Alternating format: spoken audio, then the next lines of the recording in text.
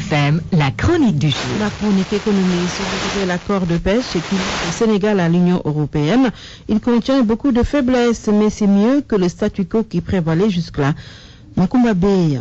C'est à se demander si finalement ce n'est pas une malédiction pour les pays africains de posséder des ressources naturelles. Demandez par exemple au ministre des Mines la contribution de l'exportation de l'or au PIB. Haïdar El Ali a lui donné son chiffre après la régularisation des accords de pêche avec l'Union européenne. Les vociférations sont venues de presque partout pour dénoncer, à juste titre, une transaction minable. 65 millions d'euros en 5 ans. L'accord n'est pas bon, mais Haïdar a du mérite comparé à ses prédécesseurs. Depuis 2006, les navires espagnols et français pêchaient dans nos côtes et donc sans aucune compensation financière. Le Sénégal sort maintenant de la catégorie et il laisse la Gambie, les deux Guinées et les Seychelles. Les tirs croisés entre Souleymane Ndiaye et Khoureyssi Thiam, chacun tentant de noyer le poisson, ont fini de faire comprendre qu'on est dans une vraie mafia organisée. Aucun accord en bonne et due forme depuis 2002 et il ne s'agit pas d'eux uniquement. Ousmane Tanordien n'aime pas le sujet, lui non plus n'a guère fait mieux. La cession des ressources halieutiques à l'Union européenne dans notre pays a toujours été scandaleuse. C'est à cause de ces nombreux contrats mal négociés que le président Macky Sall avait interdit au ministre d'engager le gouvernement dans les gros contrats sans son aval, ce qui laisse espérer que lui-même était au courant de cette régularisation avec l'Union européenne. Les faiblesses de l'accord sont cependant nombreuses. Comment par exemple vérifier le respect des restrictions sur les espèces interdites, le démersal côtier, le poulpe et la sardinelle? Mais l'accord